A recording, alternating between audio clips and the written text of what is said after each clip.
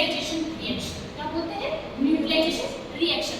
और हमारे पास जो ये अनायन है और ये कटायन है, ये आपस में मिलकर क्या बना लेता है, तो ये हमारे पास आयनिक कंपाउंड्स में तीन कैटेगरी होगी, acid, base and salt. Salt का मतलब आपको समझ में आ गया कि हमारे पास क्या है, एक एसिड का अनायन है और बेस का क्या है, कटायन, एसिड और बेस। अब हम इसी की सॉल्ट की बात करते हैं, क्योंकि हमने कोऑर्डिनेशन केमिस्ट्री में हमने जो बात करनी है वो किसकी करनी है, सॉल्ट की बात करनी है।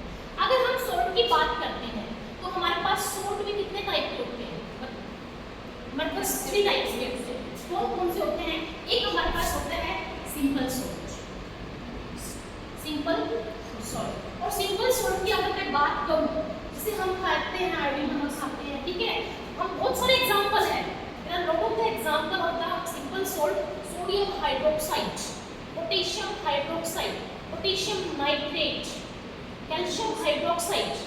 There are lot of the example of the simple salt. और सिंपल सॉल्ट में क्या होता है, हम क्या करते हैं, एक्वस सॉल्यूशन में वही सेम हमारे पास, हम एक्वस सॉल्यूशन में हम इसको डिसॉल्व करेंगे और डिसॉल्व करके